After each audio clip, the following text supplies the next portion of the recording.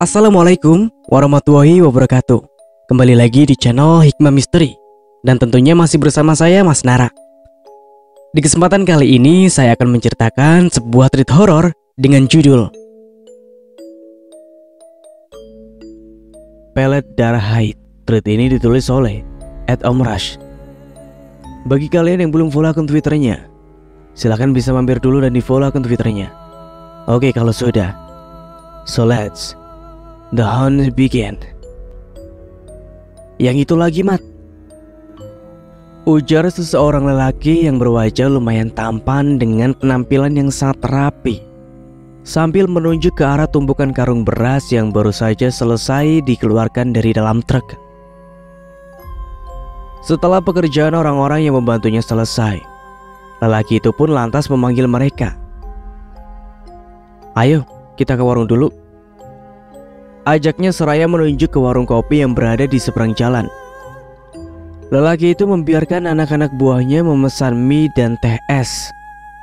Namun salah satu di antara mereka tampak ragu-ragu untuk memesan sehingga membuat si lelaki bertanya, "Kenapa, Mat?" "Maaf, Bos, tapi saya makan di rumah saja," jawab pemuda itu. Namun si bos tersenyum seraya menggelengkan kepala. "Kamu baru bergabung hari ini kan? Nah, kami di sini setelah bekerja memang selalu ke warung lebih dulu.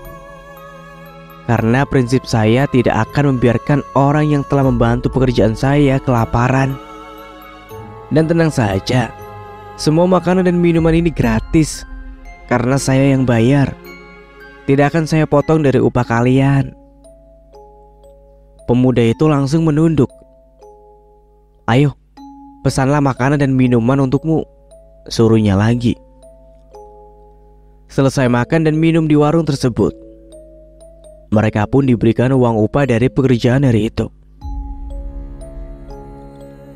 Mereka pulang dengan langkah riang dan wajah yang cerah.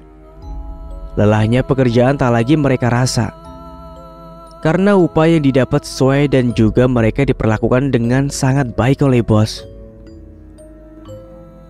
Lelaki itu bernama Arif. Usianya kala itu sekitar 35 tahun. Dia merupakan anak dari pemilik usaha toko yang sangat besar di daerah itu.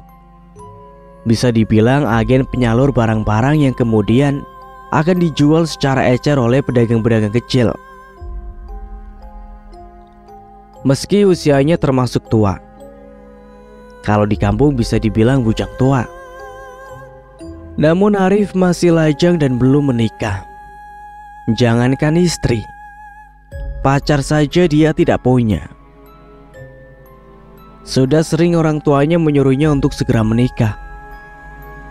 Namun Arif tampaknya masih terlalu fokus pada toko milik orang tuanya dan usaha miliknya sendiri, sehingga ia tak terlalu menggubris perihal nikah.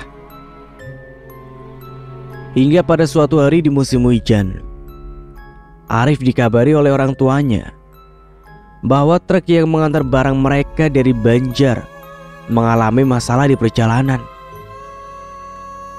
sehingga mengharuskan Arif menyusul ke Kalsel untuk membereskan masalah yang menghalangi perjalanan truk pengantar barang mereka itu. Hujan lebat mengguyur sepanjang jalan.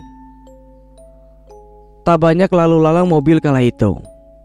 Mungkin karena cuaca sedang ekstrim dan juga jalanan yang meliuk-liuk serta tanjakan dan turunan yang begitu menantang. Tentu membuat sebagian orang enggan mengambil resiko tinggi, kecuali memang ada urusan yang sangat penting yang mengharuskan mereka keluar daerah dengan cuaca buruk seperti itu. "Pelan-pelan saja, Rif. Jangan ugal-ugalan di jalan yang seperti ular kena pukul ini. Lagi pula aku masih ingin hidup, Rif," ujar Faisal setengah membentak. "Iya, pelan-pelan saja. Kalau kau ingin mundur sampai masuk jurang sana, karena ini kan tanjakan. Lalu kau kira aku ingin mati?" balas Arif, membentak sepupunya itu yang seketika langsung ciut. Hujan mereda begitu mereka sudah hampir memasuki perbatasan antara Kalteng dan Kalsel. Mobil singgah di halaman parkir sebuah warung makan yang terlihat sepi. Sementara di seberang jalan juga terlihat warung makan dengan pengunjung yang ramai sekali. "Kau masuk duluan, aku ingin menelpon bos besar dulu," ujar Arif sambil tersenyum. Saat Arif masuk ke dalam warung setelah menelpon orang tuanya, terlihat Faisal sedang asik menikmati makanannya dengan lahap. "Wah, banyak sekali kau pesannya," tegur Arif dengan ekspresi wajah tak percaya. "Ya, tentu saja. Ini saja tidak cukup sebagai kompensasi atas nyawaku yang hampir lepas dari badan akibat di perjalanan tadi," sungut Faisal. "Dasar," gerutu Arif sambil menggelengkan kepalanya. Sesampainya di daerah di mana truk barang mereka berada, Arif dan Faisal lantas langsung turun dari mobil dan menghampiri si sopir truk. "Ada apa ini, Pak?" tanya Arif sesaat setelah bertatap muka dengan sopir truk itu. "Mereka menahan truk ini." "Siapa?" Si sopir tampak takut-takut menjawab pertanyaan Arif tersebut. Tapi karena terus didesak oleh Arif, akhirnya ia pun jujur. "Mereka siapa?" "Polisi." Segera si sopir menggelengkan kepala. "Bukan, bos. Mereka preman. Memang sudah biasa meminta jatah pada sopir." Arif menarik nafas panjang. "Kalau begitu, kenapa tadi laporkan saja ke polisi, biar mereka jera?"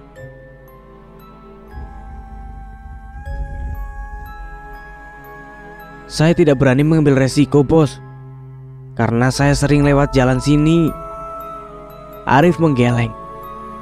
Wajahnya tampak geram mendengar cerita sopir truk itu. "Berapa yang mereka minta?" tanya Arif kemudian. 10. "Hah? Itu sih bukan jatah namanya, tapi pemerasan." "Jangan mau, Arif, langsung laporkan saja ke polisi," ujar Faisal emosi begitu mendengar jumlah yang diminta oleh preman yang menahan truk mereka. Suasana semakin tidak nyaman begitu ketua dari preman itu datang untuk bernegosiasi dengan Arif. Namun dengan santai Arif mencoba untuk berbicara baik-baik pada orang tersebut. Sementara Faisal tampak merenggut melihat lelaki dengan wajah sangar yang hanya memakai kaos putih yang sedang duduk bersama Arif tersebut. Tidak berapa lama, seseorang datang ke sana dan langsung berjabat tangan dengan Arif. Mereka terlihat sangat akrab. Lalu tidak lama kemudian, truk yang mengantar barang milik keluarga Arif itu pun diperbolehkan lewat tanpa membayar uang sedikit pun. "Siapa orang itu tadi, Rif? Sepertinya preman yang berbicara denganmu itu tadi takut padanya," ujar Faisal. "Dia kenalanku. Orangnya sangat dihormati di daerah sini." Mendengar jawaban Arif, Faisal hanya manggut-manggut. Setelah masalah itu selesai, Arif dan Faisal tidak langsung pulang. Mereka lebih dulu berjalan-jalan menikmati suasana salah satu kota yang berada di Kalimantan Selatan. Dan saat mereka sedang makan di warung pinggir jalan, tiba-tiba ada seseorang yang menghampiri mereka. "Arif, siapa lelaki itu?" "Jainal," ujar Arif menyebut nama orang itu yang ternyata adalah salah satu temannya semasa bersekolah dulu.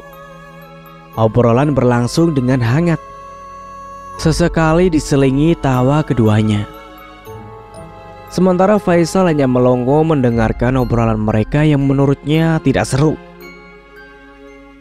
"Kak," panggil seorang wanita pada Jainal. "Astaga, Saking asiknya mengobrol, aku lupa kalau adikku sedang menunggu di sana, ujar Jainal tertawa. Faisal menoleh ke arah perempuan itu. Wajahnya memiliki tanda Brahma hampir di seluruh wajah. Bahkan tanda Brahma itu sampai ke bagian putih matanya yang menjadikan putih matanya berwarna merah. Ia langsung menutupi wajahnya ketika Faisal menatapnya. Kau tidur di mana, Rif? Kalau kamu berkenan, aku mau mengajakmu ke rumahku, kata Jainal. Arif menatap Faisal meminta persetujuan. Terserah kamu. Kalau aku sih mau balik ke penginapan. Akhirnya karena mendengar jawaban Faisal, Arif pun menolak halus ajakan Jainal. Bagi kontakmu ya, Rif. Siapa tahu nanti kalau kau kesini lagi bisa mampir ke rumahku. Sebulan telah berlalu. Saat itu Arif sedang menikmati kopinya di kursi depan rumah. Sementara Faisal tampak sedang mencuci motornya sambil sesekali bernyanyi. Ah, dia lagi, ujar Arif mengagetkan Faisal. Adiknya temanmu itu ya? Tanya Faisal yang memang sudah biasa mendengar keluhan Arif tentang adik perempuan Jainal yang terus saja mengirimkan pesan ataupun menelpon di jam-jam sibuk ataupun di malam hari, membuat Arif kesal dan emosi. Ya siapa lagi? Menyesal aku berikan nomorku ke Jainal. Kalau tahu akan begini, tak akan ku berikan nomorku. Ganti saja nomormu, Rif. Tidak bisa. Orang-orang hanya tahu nomorku yang ini. Kalau kartunya ku ganti, akan sangat merepotkanku menghubungi satu persatu kontakku yang bahkan hampir ratusan ini. Faisal mengangkat bahunya, lalu kembali melanjutkan pekerjaannya sambil bernyanyi. Halo, maaf, jangan telepon kesini lagi. Aku sedang sibuk, ujar Arif terdengar marah dengan orang di seberang telepon itu. Kau mau kemana, Sal? Tanya Arif di suatu hari pada Faisal yang terlihat sudah bersiap-siap berangkat dengan membawa tas. Aku mendapatkan panggilan kerja, jadi aku berangkat hari ini. Padahal semalam aku sudah bilang waktu makan itu. Kau tak ingat kah? Jawab Faisal. Iya, aku lupa. Aku pusing dengan perempuan itu. Tak mengerti kah? Atau memang agak-agak kurang waras? Padahal sudah ku bilang jangan menghubungi nomorku lagi. Tapi tetap saja dia hubungi, gerutu Arif. Dia itu menyukaimu, Rif. Terima sajalah. Toh orang tuamu kan juga sedang mencari menantu, ujar Faisal. Aku belum kepikiran untuk menikah, apalagi dengan perempuan yang sama sekali tidak kusuka. Makanya aku benci berjodohan. Faisal tertawa. Jaga kesehatan. Aku berangkat ya. Pamit Faisal sebelum pergi. Seminggu kemudian, Arif kembali diharuskan untuk ke Kalsel lagi. Saat hampir mendekati perbatasan Kalteng-Kalsel, telepon genggam milik Arif tiba-tiba berdering. Dan ketika ia hendak mengangkatnya, telepon genggam itu terjatuh. Mengira yang menelpon adalah salah satu kontak penting. Tanpa pikir panjang, Arif langsung berusaha mengambil telepon genggamnya. Namun secara tiba-tiba, saat telepon sudah didapatkannya, ia melihat seseorang melintas di depan jalan. Andai rem mobilnya pada saat itu blong, sudah pasti ia akan mengalami kecelakaan tunggal di sana. Dengan dada berdebar, Arif keluar dari mobilnya. Ia melihat ke sekitar, namun hanya kegelapan yang ia lihat. Sama sekali tak ada rumah atau tempat apapun di sana. menyadari bahwa yang baru saja ia lihat itu adalah sosok jin. Arif lantas masuk dalam mobilnya dan kembali melanjutkan perjalanan. Itu adalah pengalaman pertamanya. Memang, kata orang kalau perjalanan jauh dilalui seorang diri, itu kadang-kadang ada sesuatu yang tidak diinginkan muncul. Sekitar beberapa saat kemudian, cahaya lampu dari rumah-rumah warga pun mulai terlihat. Arif menghela nafas lega. Dan begitu ia melihat ada warung yang masih buka, Arif langsung ke sana untuk sekedar mengistirahatkan tubuh dan matanya yang mulai mengantuk. "Kamu sendirian saja kah?" tanya bapak-bapak pemilik warung tersebut pada Arif ketika mengantarkan pesanan mie bukuhnya. "Iya, Mang." "Waduh, berani juga kamu ya. Baru beberapa hari setelah sopir travel kena tusuk. Orang saat dia mau ke arah Kalteng itu bertanya ramai sekali, jadi perbincangan mulut ke mulut," cerita si bapak bergidik. "Wah, betulkah, Mang?" "Iya. Buat apa aku berbohong?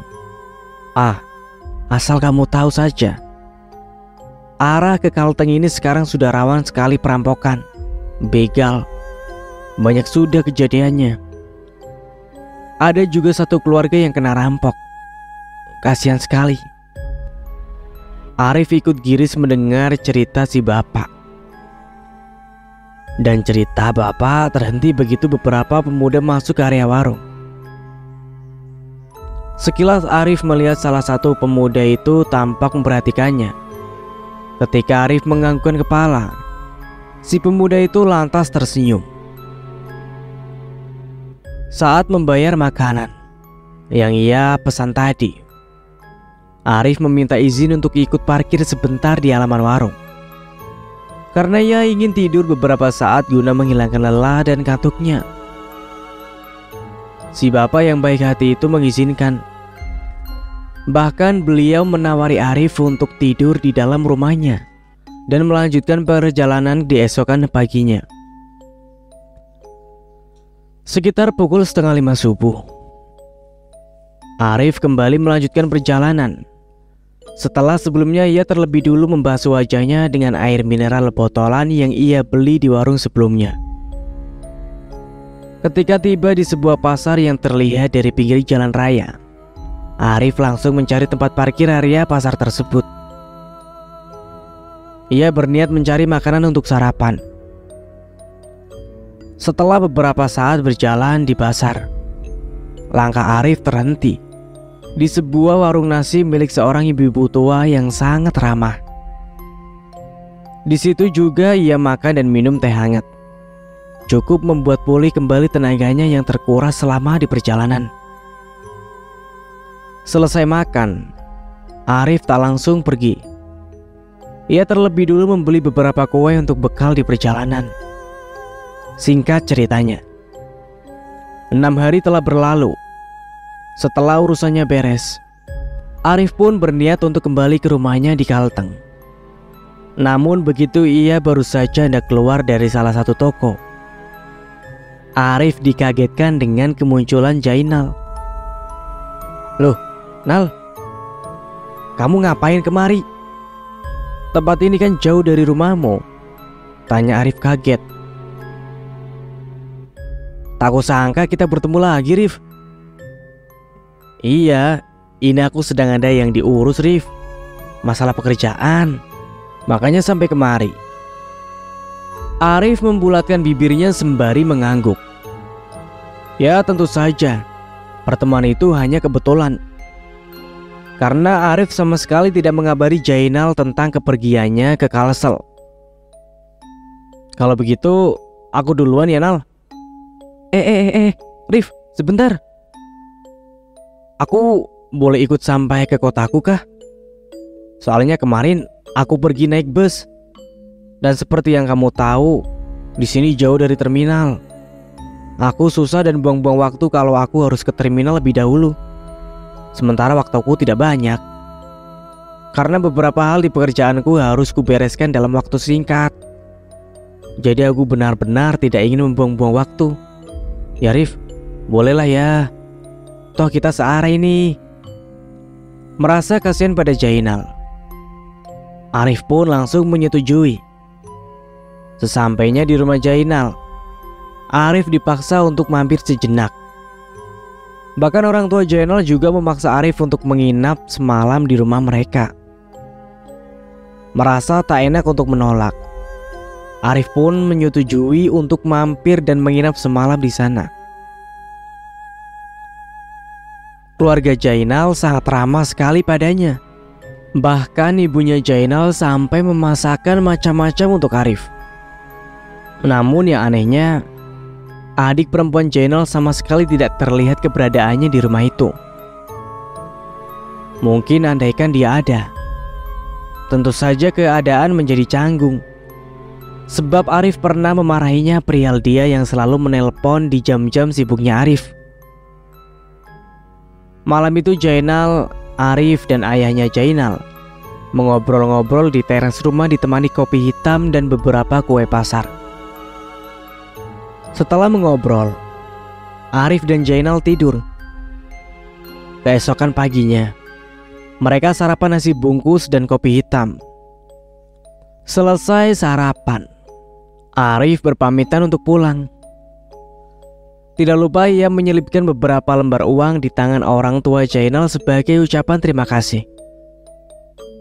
Rif, kenapa minyak itu belum mereka antar ya? Tanya ibunya pada Arif yang tengah melamun di teras rumah. Arif tampak berbeda setelah ia pulang dari Kalsel. Wajahnya selalu lesu dan tak bersemangat. Bahkan pada usaha yang sangat dicintainya pun, Arif kini terlihat acuh. Mak, rasanya saya ingin menikah, ucap Arif membuat ibunya membelalakan mata. Benarkah nak? Sama siapa? Atau aku yang mencarikan perempuan untukmu? Tanya ibunya dengan mata berbinar. Saya sudah mendapatkan calon, mah. Hah? Siapa? Undo, anaknya si Leman itu kah? Bukan, mak. Dia adiknya teman sekolahku dulu. Oh iya. Pantas mamamu ini tidak tahu. Tapi kenapa baru bilang sekarang? Aduh, kapan mau mama lamarkan? Secepatnya lebih baik, mak. Ah, begitu ya. Baiklah, biar mama bicarakan dulu dengan ayahmu. Ibunya Arif semakin terbelalak kaget mendengar jawaban anaknya yang selama ini dikenal sangat tidak mau bila disinggung masalah menikah. Namun kali ini malah dia yang seperti tergesa-gesa untuk menikah. Ada apa? Pertanyaan itu muncul berulang kali di benak sang ibu. Kenapa sampai ingin secepatnya? Apa perempuannya sudah hamil? Tidak, mah. Dia tidak hamil. Saya ingin secepatnya menikah, malah dituduh macam-macam. Giliran saya tidak mau menikah, mama ribut ingin saya segera menikah. Sebenarnya maunya mama itu bagaimana sih? Aduh, tidak seperti itu, nak. Maksud mama, kita harus bertemu kedua belah pihak keluarga lebih dulu, agar kita bisa mempersiapkan hantaran. Berapa yang mereka minta, biar kita persiapkan semuanya. Terserahlah. Pokoknya saya ingin secepatnya. Lagi pula saya juga punya uang untuk pernikahan saya. Jawab Arif terdengar tidak senang. Akhirnya setelah berunding, orang tua Arif bersama Arif pun berangkat menuju kediaman keluarga Jainal. Perjalanan yang jauh itu bahkan sempat berganti sopir dikarenakan Arif membawa mobil dengan ugal-ugalan. Sama sekali tidak memikirkan keselamatan orang tuanya yang juga berada di dalam mobil yang sama. Singkat cerita, begitu mereka sampai di rumah Jainal, mereka disambut hangat oleh pemilik rumah. Dan setelah obrolan ringan dirasa cukup, orang tua Arif pun lantas mengutarakan maksud kedatangan mereka bersama. Wajah keluarga Jainal tampak kaget dan langsung menatap Arif. Wah, kami benar-benar tidak tahu kalau kamu menjalin hubungan dengan anak perempuan kami. Orang tua Arif tampak saling pandang. Tak menyangka bahwa Arif memacari anak orang secara diam-diam. Tentu sebagai orang tua mereka merasa tidak enak hati. Maaf kak, kalau perkataan saya tadi menyinggung perasaan kakak. Jadi saya sebagai orang tua terserah sama anak-anak saya saja kak. Kalau mereka siap menikah ya silahkan, ucap orang tua Zainal. Kalau boleh tahu calon mantuku di mana ya? Tanya Ibu Arif sambil celingukan mencari. Sebentar kak. Nah Jainal, coba panggilkan adikmu tadi Nal. Setelah beberapa saat, seseorang perempuan dengan memakai kain panjang menyeliputi kepalanya masuk ke dalam rumah. Arif tampak menatapnya sambil tersenyum. Begitupun juga perempuan itu. Lagi-lagi orang tua Arif saling pandang. Benarkah yang itu calon istrinya Arif? Bukan apa-apa. Soalnya Undo yang pernah dijodohkan dengan Arif itu merupakan bunga desa dan gadis paling cantik sedesanya. Tapi karena takut menyinggung perasaan orang tua Jainal, mereka pun langsung bersikap seperti sebelumnya. Mereka berkenalan dan saling mengobrol. Walau memiliki kekurangan, namun perempuan itu sangat sopan santun terhadap orang tua. Bahkan ibunya Arif langsung suka padanya. Uang jujuran yang diminta senilai 20 juta rupiah. Kala itu uang segitu lumayan besar, karena rata-rata uang jujuran di desa Arif hanya sekitar 5-10 juta saja pada masa itu. Belum lagi uang untuk barang-barang perlengkapan hantaran dan pesta resepsi pernikahan yang akan dilaksanakan. Seminggu sesudah bantaran jujuran, orang tua Arif langsung menyetujui, karena mereka sangat ingin melihat Arif bahagia bersama perempuan pilihannya. Pesta pernikahannya pun dilaksanakan di rumah pihak perempuan, dan segala sesuatunya keluarga pihak perempuan yang menyiapkan. Jadi istilahnya Arif bersama keluarganya hanya tahu beres saja. Seminggu setelah pernikahan Arif dan Siti Nursia itu berlangsung, Arif pun memboyong istrinya ke kampung halamannya yang berada di Kalteng. Di sana mereka tinggal berdua di rumah yang memang milik Arif sendiri. Awalnya semua terlihat normal. Namun lama-kelamaan ada beberapa laporan dari tetangga yang mengatakan bahwa Arif seringkali dibentak dan dimaki-maki macam-macam oleh istrinya hanya karena salah mengerjakan pekerjaan rumah. Tentu saja orang tua Arif tidak langsung percaya, karena saat ditanyakan langsung dengan Arifnya, Arif sama sekali tidak membenarkan kabar tersebut. 3 bulan telah berlalu. Kini Faisal pulang ke kampung setelah ia mendapatkan cuti selama 2 minggu. Ia terlihat sangat kaget begitu mendengar Arif sudah menikah. Wah, dia menikah dengan perempuan yang dibencinya, gumam Faisal. Apa Sal?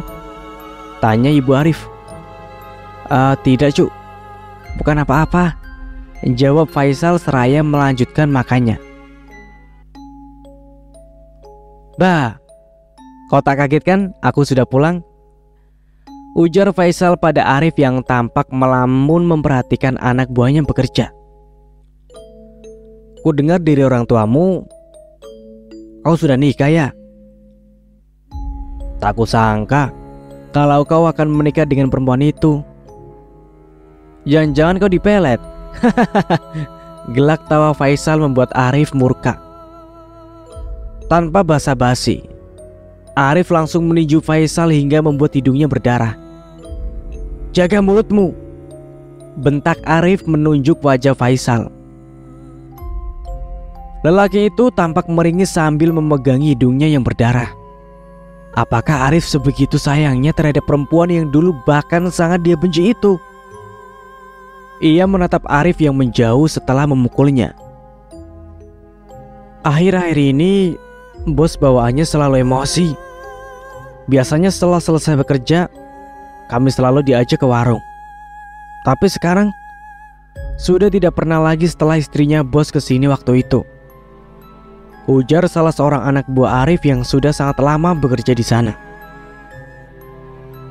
"Jadi maksudmu istrinya melarang Arif memberi makan kalian setelah selesai pekerjaan? Bukannya itu sudah menjadi prinsipnya? Aneh sekali kalau tiba-tiba prinsipnya berubah." "Mungkin saja, apalagi sekarang kan bos sudah punya istri. Jadi tentu saja dia tidak akan boros-boros lagi. Memberi kalian makan itu bukan boros namanya." Sepertinya memang ada yang tidak beres yang terjadi. "Aku harus mencari tahu," ujar Faisal. Tok tok tok. Saat pintu dibuka, terlihat Faisal berdiri di depan pintu dengan membawa bungkusan makanan. Namun ketika Arif melihat yang datang adalah Faisal, ia langsung bermaksud menutup pintu. Sebentar. Aku ingin minta maaf. Aku ingin minta maaf langsung pada istrimu," ujar Faisal yang akhirnya membuat Arif tak jadi menutup pintu. Faisal diperbolehkan masuk. Namun ia terlihat kaget begitu melihat suasana rumah Arif yang tampak banyak berubah. Arif mendekati istrinya yang sedang makan kue di kursi ruang tengah. Ia menyampaikan niat Faisal yang datang ke rumah pada malam itu. "Suamiku sudah mengatakan semuanya. Aku tidak menyalahkanmu berbicara seperti itu pada suamiku. Tapi mungkin kamu lupa satu hal, bahwa jodoh sudah diatur oleh Tuhan. Jadi walaupun awalnya suamiku terlihat membenciku seperti katamu, semua itu akan berubah dalam sekejap bila Tuhan sudah berkehendak," ujar perempuan itu sambil tersenyum. "Sekarang pulanglah, kami mau tidur," ujarnya lagi mengusir Faisal secara halus. Mendengar perkataan istrinya, Arif langsung mendorong tubuh Faisal, menyuruhnya untuk segera pulang. Faisal menarik nafas panjang setelah sepupunya itu keluar. Arif lantas menutup pintu dengan kencang menimbulkan suara yang sangat dibenci oleh Faisal. Saat Faisal berbalik, tiba-tiba terdengar suara keras benda jatuh di dalam rumah, diikuti dengan teriakan seorang perempuan. Faisal tampak kaget. Ia mengira kalau si Arif sudah melakukan KDRT pada istrinya. Namun saat ia mendekat ke arah jendela yang tirainya tidak tertutup rapat itu, ia melihat Arif berdiri dengan kepala menunduk sedang dimarahi oleh istrinya. "Sepupumu itu kurang ajar. Aku tidak mau tahu. Kau harus jaga jarak dengannya. Aku benar-benar benci dengan sepupumu itu," teriaknya melengking. "Pungut!" teriaknya lagi seraya menunjuk ke arah pecahan kaca yang berhamburan di lantai. Arif langsung memunguti satu persatu pecahan kaca tersebut. Namun tiba-tiba istrinya menginjak tangan Arif yang masih berada di atas beling, mengakibatkan tangan Arif berdarah. "Itu hukuman untukmu," ujarnya masih dengan suara tinggi. Lalu kemudian ia berbalik dan meninggalkan Arif yang tampak meringis kesakitan. "Astaga, Rif. Kau kenapa, Rif?" gumam Faisal dengan raut wajah tak percaya dengan apa yang baru saja ia lihat. Malam itu Faisal benar-benar tak bisa tidur dibuatnya. Pikirannya masih memikirkan apa yang terjadi pada Arif. Bagaimanapun juga, Arif sudah seperti kakak kandungnya baginya. Sedari dia kecil saat kedua orang tuanya bercerai dan menelantarkannya, disitulah ia mulai diasuh oleh orang tua Arif. Ia disekolahkan dan diperlakukan layaknya anak dalam keluarga itu. Tentu Faisal sudah hafal betul dengan sifat Arif. Tapi Arif yang baru saja ia temui tadi seperti orang asing. Brak! Suara benda jatuh dari luar pintu kamarnya mengagetkan Faisal. Ketika ia membuka pintu, terlihat ibunya Arif sedang memungut pecahan gelas. "Kenapa, Tante?" tanya Faisal seraya membantu. "Tak tahu, Sal. Perasaanku tidak enak." "Tante, Arif dan istrinya itu sering gak kesini. Setelah mereka pindah itu sudah tidak pernah kemari lagi. Arif ditelepon pun sekarang susah. Apa-apa selalu istrinya yang mengangkat. Aku saja terpaksa meminta tolong Tutung untuk mengurus barang-barang yang datang. Tadi saya kan..." Faisal terdiam. Ia tiba-tiba berubah pikiran saat akan menceritakan kejadian yang baru saja dia lihat di rumah Arif tadi. "Tadi apa, Sal?" "Saya tiba-tiba lupa, Tante," jawab Faisal. Ibunya Arif tampak mengerutkan alisnya. Tak biasanya Faisal begitu pikirnya. "Cerita saja, Nak. Ada apa? Kamu butuh uang? Berapa?" "Bukan itu, Tante. Saya benar-benar lupa dengan apa yang ingin saya katakan tadi." Keesokan harinya, Faisal kembali ke toko. Ia sengaja mendekati Arif. Namun ternyata Arif benar-benar menjauh darinya. "Rif, tanganmu kenapa?" "Bukan urusanmu. Kalau tidak ada keperluan, lebih baik kau pergi." "Rif, kita ini sepupu, Rif. Kalau kamu ada masalah, ayo cerita. Biar kita selesaikan masalah itu bersama." Brak! Arif mendorong keras tubuh Faisal hingga jatuh ke tanah, membuat anak buah Arif yang sedang bekerja tercengang. "Pergi, Rif. Aku sepupumu, Rif. Pergi. Aku tidak mau lagi melihatmu di sekitarku." Wajah Arif terlihat memerah padam. Beberapa anak buahnya yang sedang beristirahat langsung menghampiri Faisal, lalu menariknya menjauh dari Arif yang marah. Faisal tak langsung pulang. Ia menunggu di warung seberang jalan, menunggu kesempatan untuk berbicara dengan Arif. Dari kejauhan, terlihat mobil milik Arif datang ke toko. Rupanya yang datang adalah istri Arif dengan Rusli. Di tangan perempuan itu tertenteng rantang dan tempat minum yang berisi kopi. Melihat istrinya datang, Arif langsung menghampiri dan mengambil rantang yang dipegang oleh istrinya. Mereka terlihat masuk ke dalam toko, sementara Rusli menunggu di luar toko sambil mengobrol dengan beberapa anak buah Arif. "Sudah baikan kah?" batin Faisal. "Ya biasa," ujar salah satu anak buah Arif memesan makanan pada pemilik warung. Setiap harikah perempuan itu mengantar makanan?" "Jarang. Sebulan paling 5 atau 6 kali. Biasanya bos makan di sini atau pulang ke rumah." Faisal mengangguk, merasa tak ada harapan mengobrol dengan Arif. Ia pun pulang. "Sal, tolong mintakan air tawar sakit gigi ke Abah Penyang. Gigi amangmu sakit katanya." Tanpa diminta 2 kali, Faisal langsung berangkat dengan membawa sebotol air mineral menuju ke rumah Abah Penyang yang berada jauh dari sana. Permisi, Mang.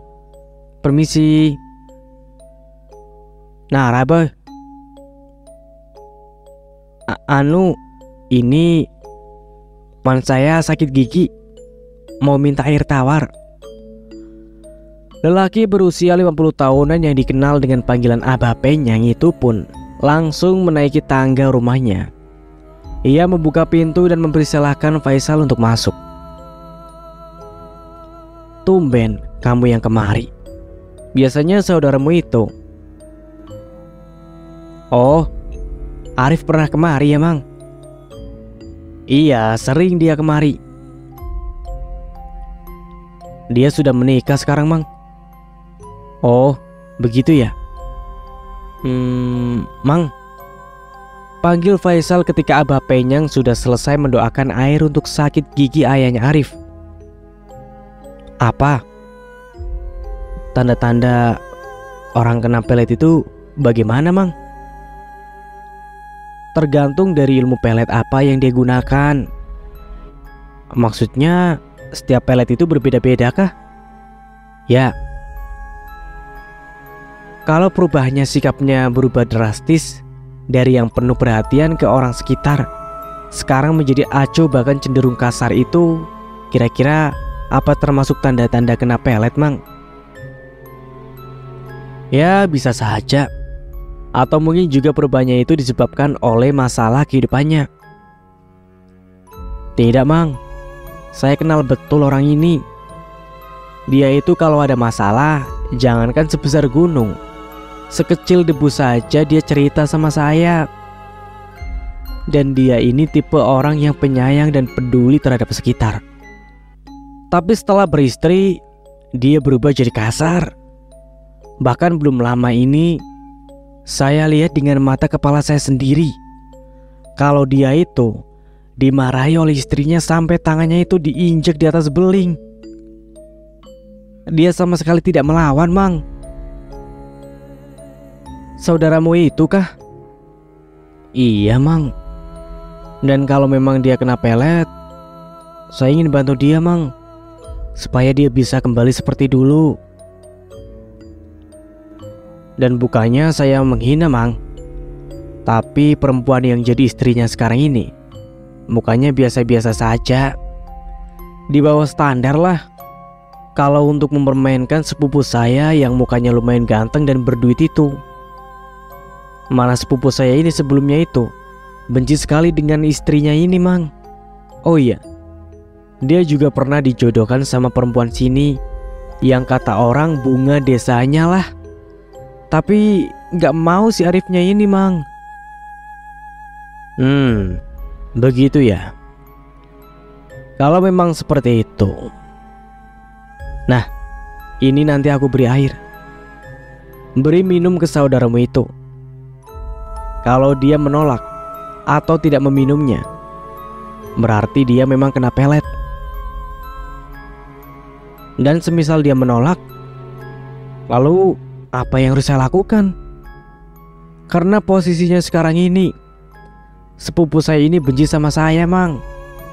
Dia juga dilarang istrinya untuk bertemu saya. Kalau memang nanti dia menolak, maka kita harus pelan-pelan memaksanya. Memaksa minum air yang Amang kasih itu. Abah Penyang menggeleng. Bukan. Coba kamu berikan saja dulu nanti hari itu. Kalau dia menolak, kau kasih tahu aku. Biar aku memikirkan caranya. Sepulangnya dari rumah Abah Penyang, Faisal diam-diam menyimpan air di dalam botol tersebut di kamarnya. Ia tak ingin bila orang tua Arif mengetahui rencananya. Faisal terus memikirkan cara untuk memberikan air tersebut pada Arif. Namun sangat sulit baginya bila ia melakukan itu seorang diri. Berjam-jam ia memikirkan cara, namun tak juga menemukan jalan keluar. Tiba-tiba ia teringat akan salah satu karyawan Arif yang kemungkinan besar mau disuruh menukar air minum milik Arif dengan air yang diberikan Abah Penyang itu ketika mereka berada di toko. Pagi-pagi sekali Faisal sudah menunggu di depan toko. berharap yang datang pertama kali itu adalah si karyawan yang dia maksud. Namun rupanya Faisal sedikit kurang beruntung, sebab yang datang pertama adalah Arif. "Mau apa lagi kau, ha?" bentak Arif begitu melihat Faisal. "Aku sedang menunggu warung itu buka. Memangnya tak bolehkah?" Arif tak menjawab. Ia langsung membuka tokonya dan masuk ke dalam, tak menghiraukan Faisal yang masih berada di luar. Tidak berapa lama kemudian, si karyawan yang ditunggu akhirnya datang juga. Faisal langsung menarik tangannya dan membawanya menjauh dari toko. "Kamu mau uang?" "Ya tentu." "Kalau begitu, kamu mau bekerja untukku?" "Wah, apakah ini persaingan keluarga?" "Kalau iya, aku tak mau mengkhianati bos." "Bukan itu, tapi..." Arif lalu membisikkan apa yang dia rencanakan. "Ah, nanti kalau ketahuan, aku pasti langsung diberhentikan." Namun setelah dibujuk, akhirnya si karyawan itu pun mau mengikuti rencana Faisal. Sementara itu Faisal menunggu di warung dengan perasaan cemas. "Bagaimana?" tanya Faisal yang sedari tadi menunggu saat karyawan itu pulang. "Sepertinya sama sekali tidak diminum, bos. Air itu dibiarkan saja, padahal sudah kutukar." Faisal menghela nafas panjang. Berarti benar dugaannya. Malam itu Faisal kembali ke rumah Mbak Penyang untuk memberitahukan hal itu. Tapi rupanya Mbak Penyang sudah tidak ada di rumah pada saat itu, sehingga Faisal terpaksa harus menunggu. Sekitar pukul 9 malam, barulah Mbak Penyang pulang. Ia terlihat kaget begitu melihat keberadaan Faisal di tangga rumahnya. "Dia tidak mau minum air itu, Mang. Berarti dia memang kena pelet kan?" Beliau tak menjawab dan langsung membereskan rengge yang berada di dalam luntungnya. "Bagaimana, Mang?" "Mang, sebentar. Ini aku juga sedang memikirkan masalah itu. Ini susah kalau tidak langsung orangnya yang dibawa kemari." Setelah mendengar perkataan Mbak Penyang, Faisal ikut berpikir keras, mencari cara agar Arif bisa dibawa ke sana tanpa istrinya. "Orang tuanya sudah tahu?" "Belum, Mang. Lebih baik kamu kasih tahu mereka lebih dulu, biar kita bisa bertukar pikir bersama keluarganya." Faisal menghela nafas lagi. Akankah orang tua Arif percaya? Bagaimana kalau tidak? Sulitnya. Mana waktuku tidak banyak, gumamnya seraya mengacak-ngacak rambut.